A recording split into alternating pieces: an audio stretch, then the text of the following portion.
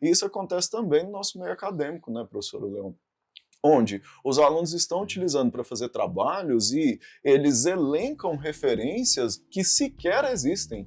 Quando a gente vai pesquisar isso nas bases científicas mesmo, a gente vê que aquela referência que a IA generativa trouxe, ela não existe, é uma referência que não está ali na realidade.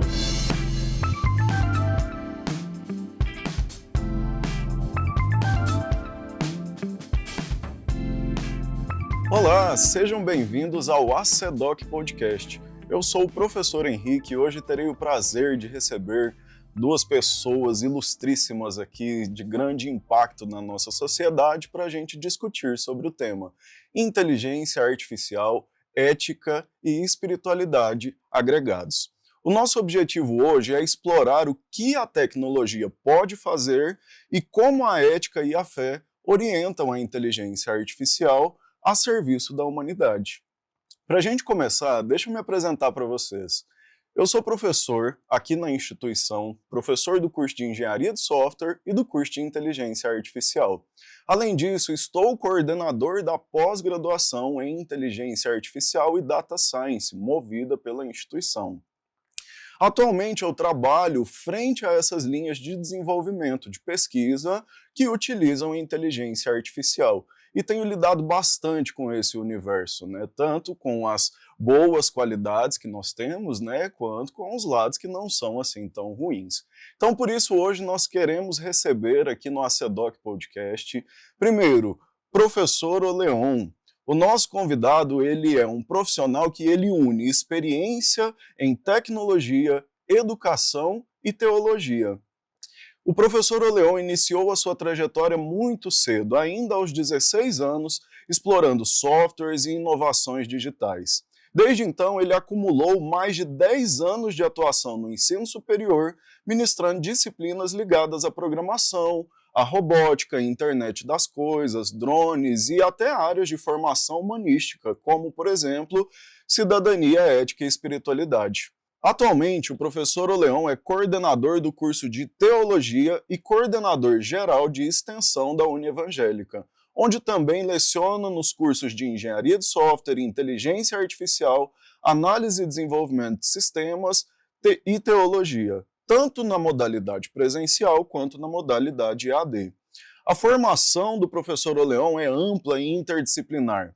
Ele possui mestrado em Sociedade, Tecnologia e Meio Ambiente pela Unievangélica e é doutorando em Teologia pela Faculdade Est. Ao longo da carreira, ele tem se dedicado a integrar a espiritualidade, ciência e tecnologia, sempre com foco em responder aos desafios contemporâneos com uma visão crítica e transformadora. Professor Oleon, seja muito bem-vindo, é um prazer ter o senhor aqui no nosso podcast. Muito obrigado, fico feliz por poder compartilhar e poder trazer aqui um pouco da nossa experiência, né, para o nosso público. Obrigado, professor. Nosso segundo convidado é o pastor Vinícius Carvalho Jordão. O pastor Vinícius, ele é casado com a Juliana e pai do Isaac e do Caleb. Ele é pastor da Mosaico Igreja Presbiteriana em Anápolis, Goiás, e tem uma formação sólida acadêmica. Ele é mestre em teologia sistemática, mestre em missionalidade, graduado em direito e teologia. E atualmente cursa o doutorado em ministério pelo Seminário Servos de Cristo. Além do ministério pastoral, o pastor Vinícius atua como diretor de treinamento da City to the City Brasil, organização internacional dedicada à plantação e revitalização de igrejas. Sua experiência une prática pastoral e reflexão acadêmica, sempre com a missão de preparar líderes e comunidades e viver anunciando o evangelho de forma contextualizada, bíblica e transformadora, com atenção especial às cidades e às necessidades espirituais e sociais. Seja muito bem-vindo, pastor. Obrigado, professor Henrique, é um prazer, uma alegria muito grande estar fazendo parte desse podcast e debatendo um tema aí tão interessante, né, e tão atual, que é necessário para a nossa compreensão e a compreensão da nossa fé também. Muito bom. Bom, para a gente começar, acho que é importante a gente contextualizar as pessoas que nos ouvem, né, sobre o que é inteligência artificial. Hoje em dia nós vivemos, né, em uma sociedade onde nós temos uma visão um pouco quanto distorcida, um pouco quanto hollywoodiana acerca da inteligência artificial. Muitas pessoas entendem que IA é aquilo que nós vemos nos filmes, né? Que são máquinas que vão tomar consciência própria e que vão dominar a humanidade, né? Então, a maioria das pessoas, elas têm esse entendimento. Mas, se a gente for observar, esse tipo de inteligência artificial dotada de consciência própria, ela está muito distante ainda da nossa realidade, dadas as limitações do hardware, né, da parte física do computador que nós temos. A gente ainda não tem uma tecnologia física que seja capaz de amparar qualquer tipo de algoritmo que tenha esse tipo de comportamento. Então, para os anos futuros, eu não consigo afirmar, né, para vocês e nem para as pessoas que estão nos ouvindo que a gente nunca vai ter um tipo desse de inteligência artificial. Mas para o momento, é essa a realidade que nós temos, né? A inteligência artificial que nós temos hoje são máquinas que elas são treinadas para simular capacidades humanas, como, por exemplo, fazer uma classificação, identificar algum objeto, ou até mesmo dar algum diagnóstico a partir de um conjunto de dados.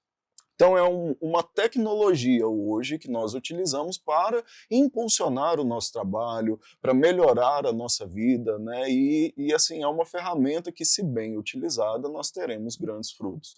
Então, né, para a gente começar o nosso debate, eu gostaria de perguntar para os senhores, né, qual foi o primeiro contato que vocês lembram, qual foi a primeira experiência marcante que vocês tiveram no uso da inteligência artificial?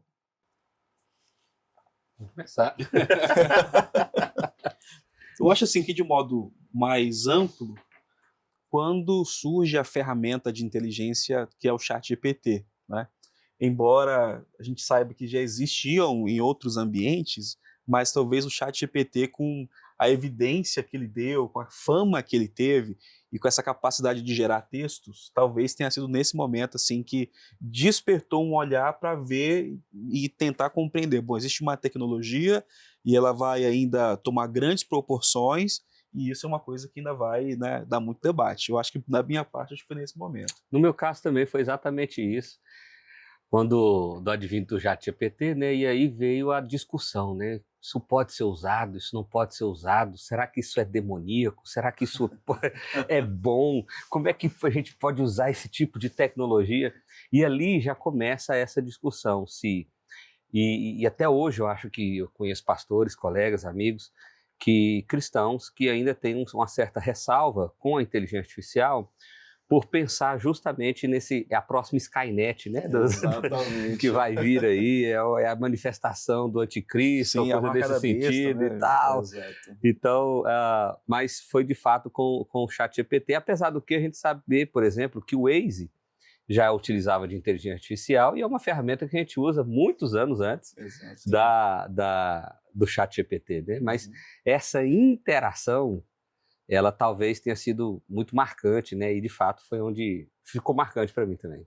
Pastor, na visão do senhor, esse tipo de visão, ele é atrelado àquilo que a gente não conhece? Ou seja, a pessoa, quando lida com o ChatGPT, ela não sabe o que está acontecendo ali por trás, por isso que ela tem esse tipo de visão, falar assim, isso é demoníaco, de onde está vindo essas respostas, quem é que está projetando? Você acha que tem alguma relação esse contexto? Eu lembro quando eu era adolescente, tinha um jogo no computador, eu não sei se vocês fizeram esse jogo, ele ia fazendo algumas perguntas, e ele ia respondendo, mas na verdade quem estava fazendo as perguntas já respondia a pergunta que iria vir.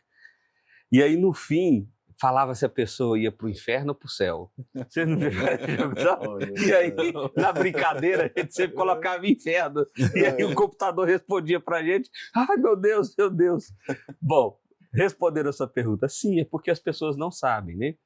Há uma tendência, e na nossa cultura, né, na nossa realidade sociológica do nosso país, a espiritualidade é muito forte, então há uma cultura de experiência muito forte. Então a gente tende a trazer o tema espiritualidade para uma realidade racional, sem fazer essa conexão da forma que talvez deveria ser feita. Então é mais fácil pegar e dizer, olha, isso é diferente, isso não parece ser bom, e se não é bom, então não é de Deus, é do outro lado, então é do capeta. E aí a gente fica com esse tipo de sentimento. E a partir do momento que a gente conhece, a gente vai observar que ferramentas estão aí, tecnologias avançam, e elas podem ser usadas de uma maneira que glorifica o nome do Senhor e podem ser usadas de uma maneira que não glorifica o nome do Senhor, como aconteceu ao longo da história da humanidade. Todo avanço tecnológico a gente teve esse conflito, não só na cristandade, mas na história das outras religiões também. Como é que isso vai se desenvolver agora? Como é que isso vai acontecer agora? Será que agora é o fim do mundo? Agora é o fim de tudo? E talvez até seja um dia, mas parece que ainda não. Pastor Leão, como que o senhor enxerga isso, né? Como que a IA ela pode ser utilizada ali para apoiar a gente, tanto dentro da igreja, quanto dentro da educação, ou até mesmo na nossa sociedade ali, sem criar esse caos que as pessoas vivem de a inteligência artificial irá nos sobrepor, nós ficaremos sem trabalho e etc. Eu, particularmente, acredito que a gente não vai ficar sem trabalho por causa da IA, mas a IA vai modificar o mercado de trabalho. Quando nós falamos, por exemplo, sobre as pessoas que colocam currículos nas empresas, né? E a pessoa fala, não tem mais ninguém olhando o currículo, é uma IA que está analisando o currículo. Bom, então a gente vai ter que aprender a fazer currículo de maneira que a IA encontre a gente, né? E assim, dos vários setores da sociedade, é possível nós observarmos alguns benefícios. Na área da saúde, por exemplo, ela pode trazer benefícios. Nós sabemos o quanto que é difícil fazer análise de imagens, por exemplo, né? Identificar se tem um câncer, se não tem um câncer, e às vezes são vários procedimentos que são feitos para tentar identificar aquela imagem, e às vezes com o aprendizado da máquina e a inteligência artificial, esses diagnósticos eles podem ser acelerados, podem ser mais rápidos, então podem beneficiar a nossa vida. E da mesma maneira em termos de educação, né? Nós podemos montar, e nós já vimos empresas que fazem isso, montando trilhas de conhecimento a partir da inteligência artificial, ou seja, uma situação que pode ampliar muito a nossa capacidade de elaboração de currículos e melhorar o aprendizado das pessoas. Então existem capacidades sim que podem ser benéficas para a sociedade, né? Sim. É muito interessante o senhor trazer justamente esse exemplo, porque aqui na instituição eu conduzo um projeto de iniciação científica com alunos multidisciplinares, nós temos alunos tanto da medicina quanto da engenharia de software e da inteligência artificial, onde a gente faz exatamente isso, nós fazemos identificação de acidente vascular cerebral e exames de imagem, né? Então nós estamos falando de tomografias, nós estamos falando de ressonância magnética, que são exames que demoram para ser laudados, né? A pessoa humana, enquanto está olhando aquele conjunto de imagens, ela leva um tempo para ela conseguir dar um diagnóstico. E para esse tipo de enfermidade, né, a gente sabe que qualquer segundo conta para salvar a vida da pessoa. Então, hoje, a gente desenvolve algoritmos aqui dentro que eles conseguem dar a resposta antes mesmo do paciente sair da sala onde ele estava fazendo o exame. E aí uma das perguntas que muitas pessoas fazem é assim, mas aí vocês estão criando uma tecnologia para substituir o médico que está lá fazendo esse diagnóstico? Não é essa a visão. A visão é que essa tecnologia ela consiga destacar o ponto de interesse e entregar na mão dele mais rapidamente, sem que ele tenha que percorrer as milhares de lâminas que são criadas para achar o ponto de interesse. Então isso vai agilizar muito o trabalho lá dentro e nós vamos conseguir ter um ganho de produção maior, nós vamos conseguir ter muito mais laudos feitos ali por tempo, né? E, consequentemente, vamos conseguir também salvar a vida de pessoas. Então, eu acho que essa é a visão importante que nós temos que ter. A tecnologia ela não existe para sobrepor o ser humano, ela existe para dar capacidade de produção maior para nós com aquilo que nós já temos de habilidades. Sim, e essa imagem ela não vai deixar de ser supervisionada. Exatamente. Vai precisar do profissional, ele vai continuar tendo que ser um médico para analisar aquela situação toda. Então é uma ferramenta que auxilia, né? Então nesse sentido a gente tem esses benefícios. Exatamente.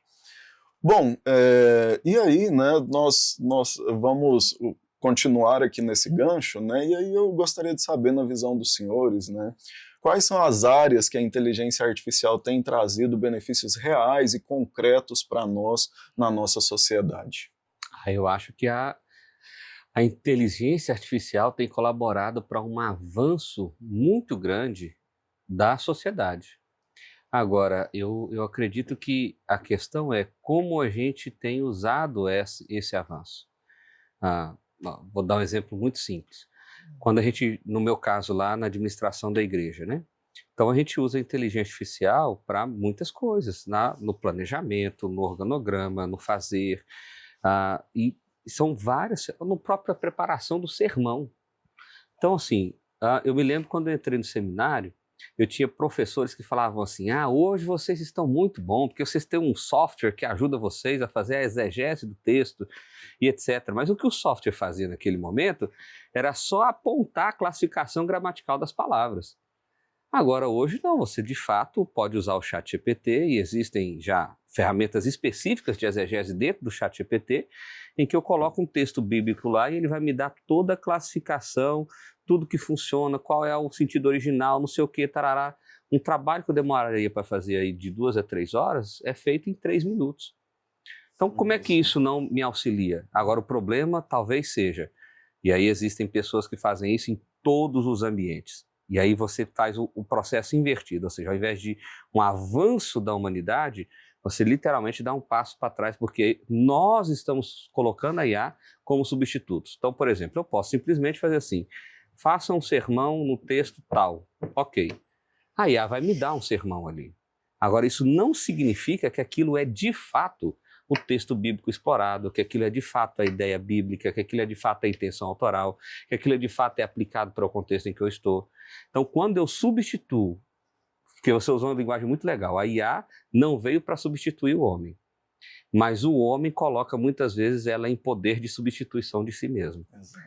E aí, quando o homem faz isso, aí ele diminui. Aí eu acho que ele perde a capacidade criativa, racional. Sim. O imago Dei que foi dado por Deus, que é algo que a IA nunca vai conseguir ter, isso que foi nos dado de forma tão especial por Deus, nós simplesmente abrimos mão dessa imagem de Deus para substituir. E aí a gente descansa, né? Eu dou aula no seminário e eu sempre dou um trabalho e eu peço para os meninos assim, olha, vocês vão fazer um resumo do livro para mim, mas eu preciso que vocês escrevam 3 páginas à mão. Não, professor, por quê? Porque eu falei, porque o resumo vocês vão fazer no ChatGPT. Então tá tudo certo. Então agora eu preciso que vocês pelo menos escrevam o que vocês fizeram, para eu saber que vocês fizeram, para eu saber o que vocês estão fazendo. Do ChatGPT, né? Escreve. Porque esse é o problema, o descanso do coração humano. E aí, na parte da fé e espiritualidade, a gente entra numa relação distinta, que é a relação da idolatria. Ou seja, nós tornamos, então, a nova tecnologia o Deus do nosso coração, porque ela substitui tudo que nós fazemos e somos e facilita a nossa vida. E aí, mais uma vez, a gente abre mão da imagem de Deus. Pastor, é uma exemplificação interessante essa que o senhor trouxe. As IA generativas, geralmente são compostas pelo que nós, da tecnologia, chamamos de devaneios. Uhum. O que são devaneios? São princípios de respostas formadas para manter a disponibilidade da inteligência artificial. O que isso significa? Se você faz uma pergunta para uma IA generativa, como, por exemplo, o ChatGPT, Google Gemini e outras, e ele não sabe a resposta, a tendência é que ele crie uma resposta e mascare fingindo para você que aquilo é uma verdade. Então nós temos uma IA que mente para nós. E mente com perfeição, inclusive, porque a gente realmente acredita. A gente acredita, né? Então é como esse exemplo que o senhor deu há pouco, né? Então, será que aquele sermão que foi formulado tem todas as bases mesmo teológicas que ele apontou? Será que isso acontece? E isso acontece também no nosso meio acadêmico, né, professor Leão? Onde os alunos estão utilizando para fazer trabalhos e eles elencam referências que sequer existem. Quando a gente vai pesquisar isso nas bases científicas mesmo, a gente vê que aquela referência que a IA generativa trouxe, ela não existe, é uma referência que não está ali na realidade. Então, hoje, Um dos maiores desafios que nós temos é exatamente esse, de entender que a IA generativa ela está aqui para nos ajudar a formular bases de pensamento e não para que ela pense por nós. Senão a gente tira o nosso princípio da humanidade, que é exatamente o que nos distancia da tecnologia, é exatamente o que nos faz insubstituíveis perante a tecnologia. E aí, professora Leon, né? Aí agora vamos convergir isso para dentro do ambiente de sala de aula. Como que o senhor lida, então, né, com esse excesso? Eu sei que hoje, né, os alunos utilizam muito. Como que o senhor tem lidado, então, com esse excesso de utilização das IA generativas dentro de sala de aula? Eu gosto muito das atividades de interação, das atividades que envolvem reflexão e que são coisas que muitas vezes uma IA generativa não consegue fazer. Por exemplo, quando eu peço um resumo, quando eu peço um artigo, né?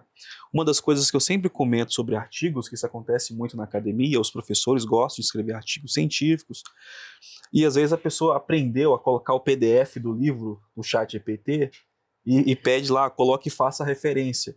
Só que entra nos devaneios, né? Às vezes está a citação do autor, o texto do autor, a página do livro, só que aquela página está errada e aquela citação também não é a citação do autor.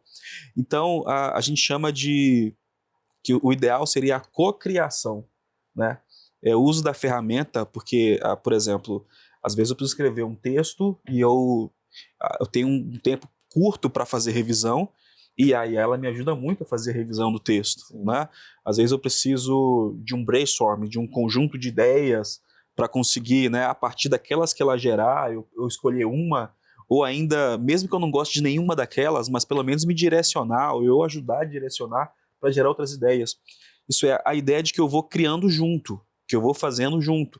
Eu uso a ferramenta ao meu favor, e é essa orientação que eu sempre dou. Não, eu não posso simplesmente pegar e aceitar do jeito que está e fazer, né? E eu lembro de um trabalho no seminário que isso aconteceu. Tinha uma citação e eu falei assim, não, mas esse autor, ele jamais falaria dessa maneira. Esse negócio aqui. Porque era um autor que eu conhecia. Uhum. Eu falei assim, não, essa citação aqui está equivocada demais, porque entra no devaneio mesmo, né?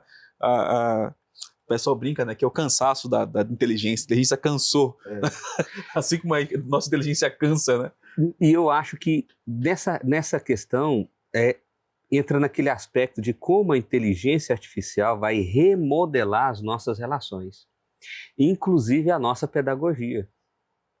Porque se agora a resposta ela é a coisa mais fácil de ser obtida, porque eu tenho alguém que vai gerar essa resposta para mim, e o mais difícil é o processo de compreensão para a chegada da resposta, então o foco do ensino muda.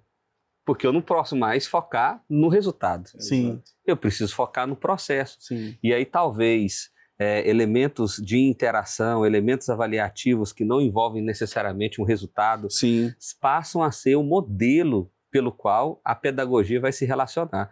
E eu acho que isso acontece, a IA promove esse tipo de revolução em todas as nossas esferas. Veja bem, relacionamentos familiares. O esposo vai pedir perdão para a esposa, pede lá para o ChatGPT. Só faça um pedido de perdão para minha esposa, convincente, não sei o que, tarará, tarará. Pá, e manda no WhatsApp. E aí aquele texto longo, bonito, belo. A mulher conhece o cara tem 20 anos, ela sabe que ele não escreveu aquilo. Sim. Então, percebe, as nossas relações, elas vão se moldar e mudar em função da inteligência artificial. Sim. Agora, o quanto antes a gente despertar para o uso dela como uma ferramenta e não como substituição de quem nós somos, eu acho que pessoas que fazem isso vão evoluir melhor e vão usar isso melhor e vão se destacar melhor em todos os ambientes societários que elas estiverem envolvidos. É porque ela se torna um oráculo, né? Ela se torna uma coisa de que já existe uma preocupação na área da psicologia, por exemplo, onde as pessoas estão buscando fazer terapia, usando a inteligência. Aí, ó, que beleza. Pois é. Mas os resultados que a inteligência artificial pode propor, elas são sempre mecânicos, porque está de acordo com a mensagem. Então, muitas vezes você pode estar fazendo uma coisa errada e dizer que está certo. Porque o contexto que você deu é pouco, né, para ele responder. Não, e a IA não é um ser moral, né? Exato. Ela é um ser, é um algoritmo, né? Ela tem ali um caminho muito claro. Então, uma expressão que a gente está numa conversa, a gente ouve, a gente consegue discernir a expressão daquela pessoa, o tom de voz, Sim. e o olhar, e tudo isso que é o feeling, né? Que é essa humanidade que eu e você temos, Sim. a IA não vai conseguir simular esse tipo de processo. Mas é um desafio, é um desafio. Por isso que quem está ouvindo esse podcast precisa pensar o seguinte: eu vou ser escravo da IA ou a IA vai ser a minha funcionária? Porque se a IA for sua funcionária, vai ser muito bom. Você tem um funcionário maravilhoso. Agora, se você for escravo dele... É muito interessante essa visão. Eu cresci ouvindo meu pai dizer o seguinte: nós somos o produto do meio que nós vivemos. Então, se a gente está vivendo em um meio bom, nós seremos um produto bom. Se eu estiver em um meio ruim, eu serei influenciado a ser um produto ruim. Então, né, aí a gente começa a pensar o seguinte: hoje nós estamos lidando com a inteligência artificial praticamente 24 horas do nosso dia. E nós temos valores, principalmente cristãos, como solidariedade, compaixão, responsabilidade afetiva, que são desenvolvidos por pessoas que nos influenciam no nosso dia a dia. E aí eu gostaria de perguntar a vocês o seguinte: vocês acham que a IA ela pode influenciar esses valores tão importantes para nós, como cristãos, como pessoas, como sociedade? Eu acho que pode, com certeza. Eu acho que elas já fazem isso, né? Elas já fazem isso. Mas, mais uma vez, a gente começa a pensar o seguinte: se a IA vai ser um ponto de colaboração nesse processo ou se vai ser um ponto de distanciamento. Por exemplo, na igreja, eu vejo que a igreja hoje é o espaço terapêutico mais necessário de uma sociedade.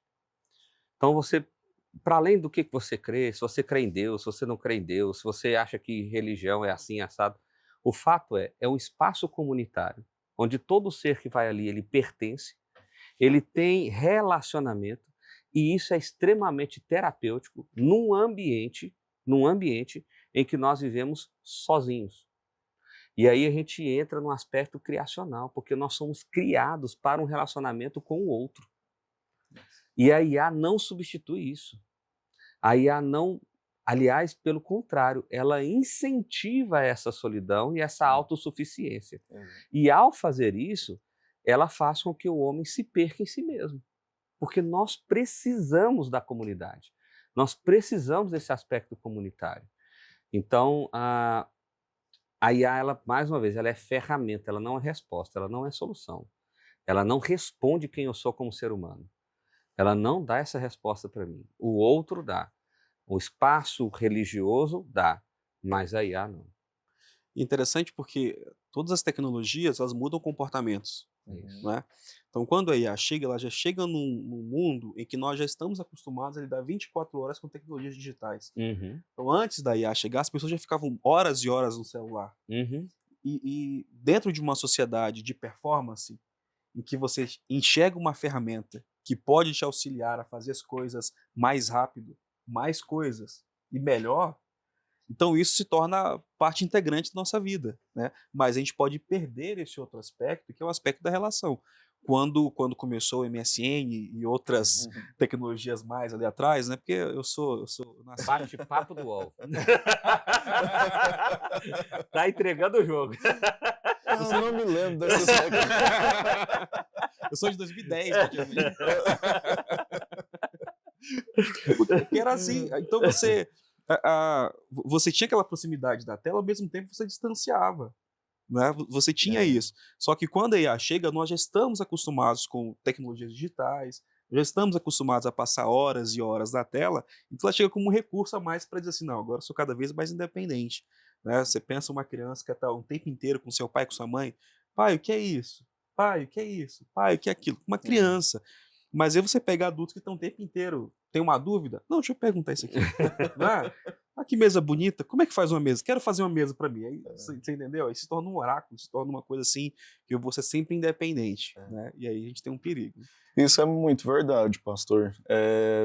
Inclusive, no domingo agora, eu estava andando junto com a minha irmã, a gente entrando no prédio, tinha uma árvore que estava bonita, ela falou assim: gente, como que chama essa árvore? Eu não sei. Aí o que eu fiz? Peguei o ChatGPT, tirei uma foto e perguntei. Pois é. Então, hoje a gente fica assim, né, como se fosse realmente um oráculo mesmo, utilizando a tecnologia assim, né? Não que eu seja velho, mas assim, teve uma época que a gente ia na biblioteca. Assim. A fonte era diferente, né? Exato. E você tinha uma satisfação maior na descoberta.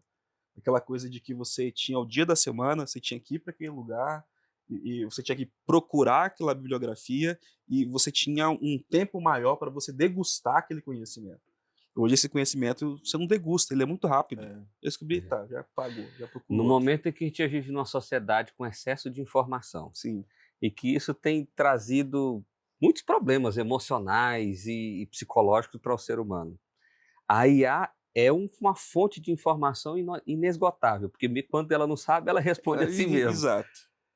A chance da IA nos levar a um caminho de solidão é muito grande.